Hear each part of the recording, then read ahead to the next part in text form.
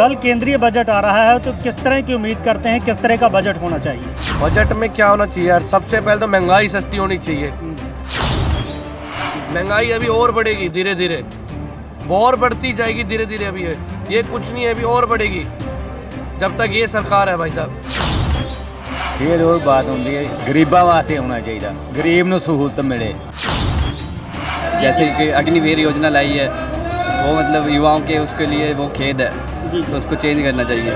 जी, कल ਕੇਂਦਰੀ ਬਜਟ ਪੇਸ਼ ਹੋਣਾ ਹੈ ਤੇ ਅੱਜ ਕੇਂਦਰੀ ਬਜਟ ਦੀ ਲੋਕ ਸਭਾ ਦੇ ਵਿੱਚ ਬਜਟ ਸੈਸ਼ਨ ਦੀ ਸ਼ੁਰੂਆਤ ਹੋ ਚੁੱਕੀ ਹੈ ਤੇ ਰਾਸ਼ਟਰਪਤੀ ਦੇ ਭਾਸ਼ਣ ਦੇ ਨਾਲ ਜਿਹੜਾ ਆ ਉਸ ਤੋਂ ਬਾਅਦ ਅੱਗੇ ਜਿਹੜੀ ਆ ਆਰਥਿਕ ਜਿਹੜੇ ਹਾਲਾਤ ਨੇ, ਆਰਥਿਕ ਸਰਵੇਖਣ ਵੀ ਪੇਸ਼ ਕੀਤਾ ਜਾ ਰਿਹਾ ਲੋਕ ਸਭਾ ਦੇ ਵਿੱਚ ਤੇ ਆਖਰ ਆਮ ਲੋਕਾਂ ਦੀਆਂ ਉਮੀਦਾਂ ਇਸ ਕੇਂਦਰੀ ਬਜਟ ਤੋਂ ਕਿਸ ਤਰ੍ਹਾਂ ਦੀਆਂ ਨੇ, ਕਿਉਂਕਿ ਕਰੋਨਾ ਦੇ ਇਸ ਦੌਰ ਤੋਂ ਬਾਅਦ ਜਿਸ ਤਰ੍ਹਾਂ ਕਿ ਦੇ ਦੇਸ਼ ਪੱਧਰ ਦੇ ਉੱਤੇ ਆਰਥਿਕ ਹਾਲਾਤ ਨੇ, ਚਾਹੇ ਉਹ ਮਹਿੰਗਾਈ ਦੀ ਗੱਲ ਕਰ ਲਈ ਜਾਵੇ, ਨੌਕਰੀ ਪੇਸ਼ਾ ਵਰਗ ਦੀ ਗੱਲ ਕੀਤੀ ਜਾਵੇ, ਤਾਂ ਉਸ ਤੋਂ ਬਾਅਦ ਜਿਸ ਤਰ੍ਹਾਂ ਦੇ ਹਾਲਾਤ ਨੇ ਵਿਸ਼ਵ ਭਰ ਦੇ ਵਿੱਚ ਹਾਲਾਤ ਇਸ ਵੇਲੇ ਜਿਹੜੇ ਨੇ ਆਰਥਿਕ ਪੱਧਰ ਨੂੰ ਲੈ ਕੇ ਕਾਫੀ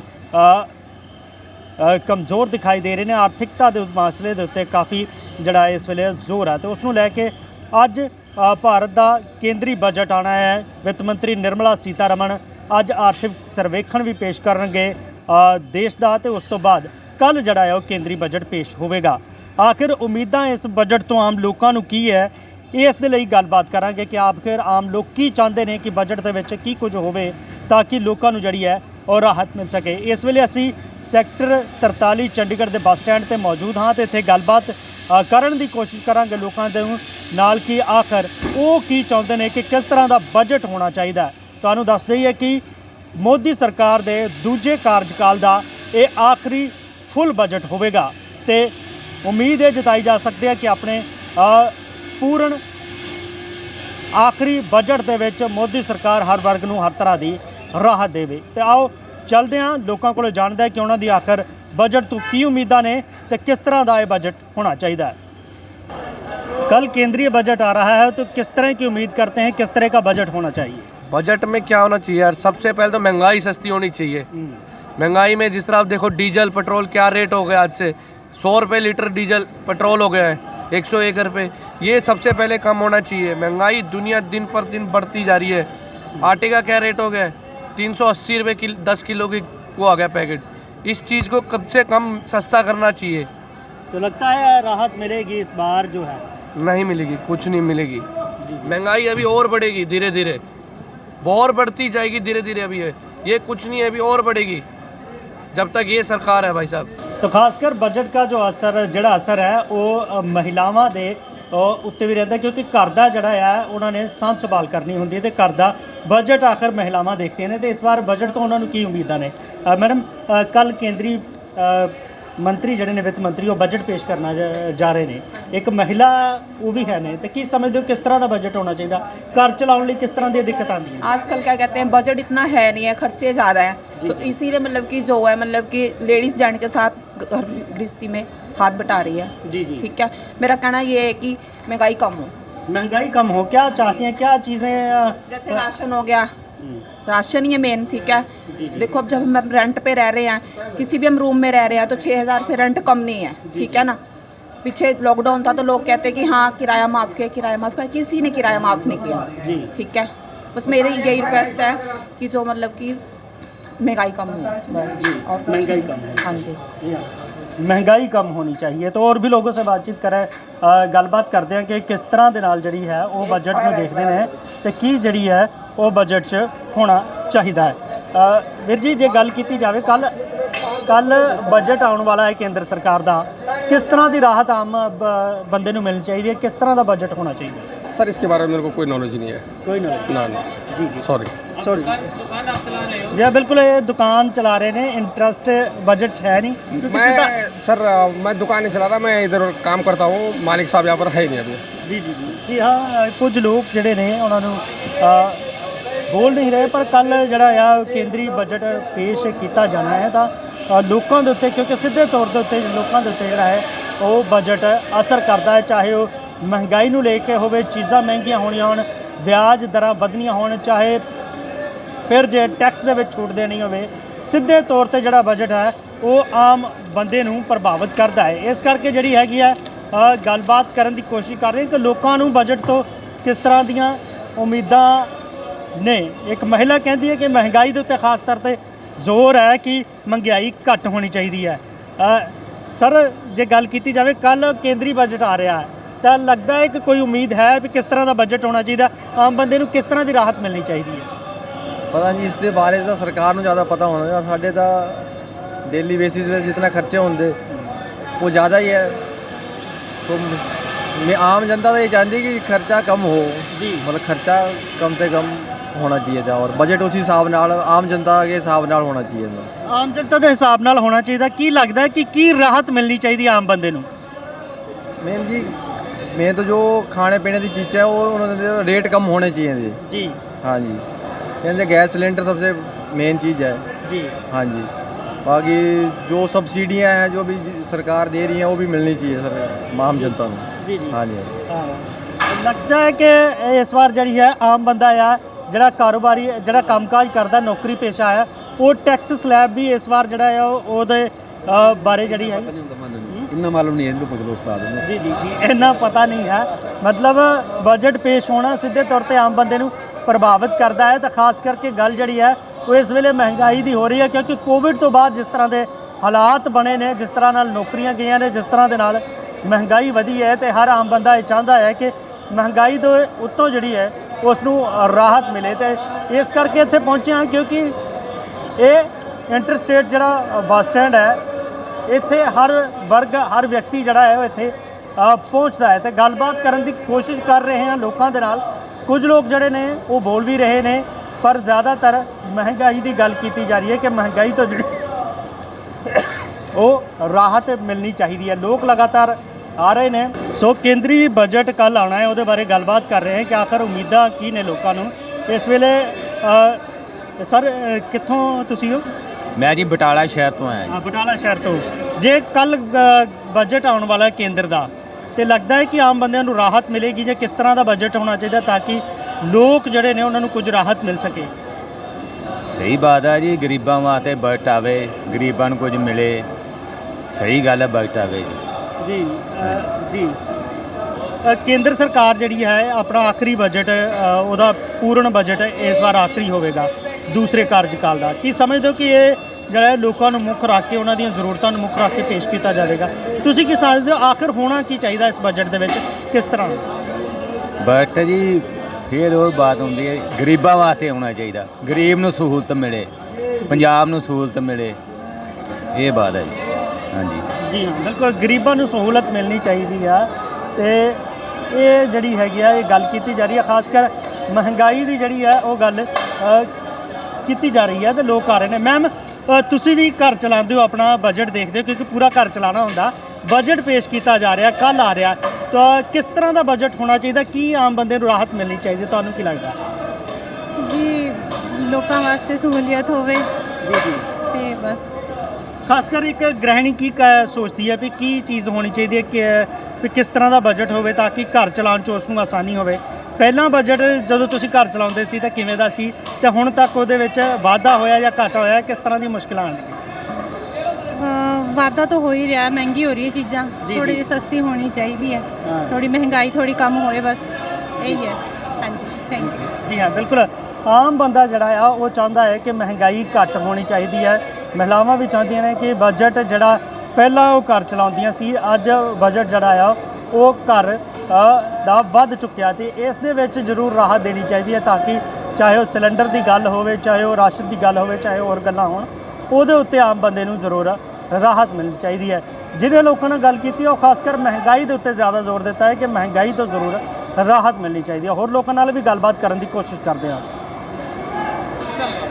ਸੋ ਲੋਕ ਜਿਹੜੇ ਨੇ ਮਹਿੰਗਾਈ ਦੀ ਗੱਲ ਕਰ ਰਹੇ ਨੇ। ਕੇਂਦਰੀ ਬਜਟ ਵੀ ਕੱਲ ਆਉਣਾ ਆ ਤਾਂ ਗੱਲ ਕਰ ਲੈਂਦੇ ਆ। ਵੀਰ ਜੀ, ਕੱਲ ਕੇਂਦਰੀ ਬਜਟ ਆ ਰਿਹਾ ਹੈ, ਤੁਹਾਨੂੰ ਲੱਗਦਾ ਹੈ ਕਿ ਕਿਸ तरह का बजट होना चाहिए? कोई वी जी मन तो पंजाबी आते नहीं उतनी, हिंदी में बता दीजिए। नहीं उसका ज़्यादा कुछ पता नहीं है हमारे को। ज़्यादा कुछ पता नहीं, ज़्यादा कुछ पता नहीं है, कुछ लोग नहीं बोल। वीर जी, नौजवानों को खासकर किस तरह का नौजवानों के लिए बजट होना चाहिए, की नीतियाँ होनी चाहिए ताकि सरकार जी है वो फ़ायदा मिल सके आम लोगों को? बजट आ रहा है कल, क्या अपना काम कर रहे हैं, पता नहीं है। ਕੰਮ ਕਰ ਰਹੇ ਹੋ ਤਾਂ ਬਹੁਤ ਜੀ ਹਾਂ ਕੰਮ ਕਰ ਰਹੇ ਨੇ ਜ਼ਿਆਦਾ ਪਤਾ ਨਹੀਂ ਹੈ ਲੋਕਾਂ ਨੂੰ ਕਿਉਂਕਿ ਕੱਲ ਕੇਂਦਰੀ ਬਜਟ ਆਣਾ ਹੈ ਇੱਕ ਆਮ ਬੰਦੇ ਨੂੰ ਵੀ ਪ੍ਰਭਾਵਿਤ ਕਰਦਾ ਹੈ। ਇੱਕ ਵੀਰ ਜੀ ਨੇ ਇਹਨਾਂ ਕੋਲੋਂ ਪੁੱਛ ਲੈਂਦੇ ਆ। ਵੀਰ ਜੀ ਬਜਟ ਬਾਰੇ ਪਤਾ ਕੁਝ ਕੇਂਦਰ ਦਾ? ਮੈਂ ਤਾਂ ਪੜ੍ਹ ਰਿਹਾ ਜੀ, ਜੀ ਸਾਨੂੰ ਨਹੀਂ ਪਤਾ ਜੀ। ਤੁਹਾਨੂੰ ਨਹੀਂ ਪਤਾ? ਮਹਿੰਗਾਈ ਲੱਗਦੀ ਹੈ ਕਿ ਮਹਿੰਗਾਈ ਹੈਗੀ ਹੈ ਕਿਉਂਕਿ ਸਰਕਾਰ ਜਦੋਂ ਯੋਜਨਾਵਾਂ ਬਣਾਉਂਦੀ ਹੈ ਉਹਦੇ ਵਿੱਚ ਆਮ ਬੰਦੇ ਦਾ ਵੀ ਖਿਆਲ ਰੱਖਦੀ ਹੈ।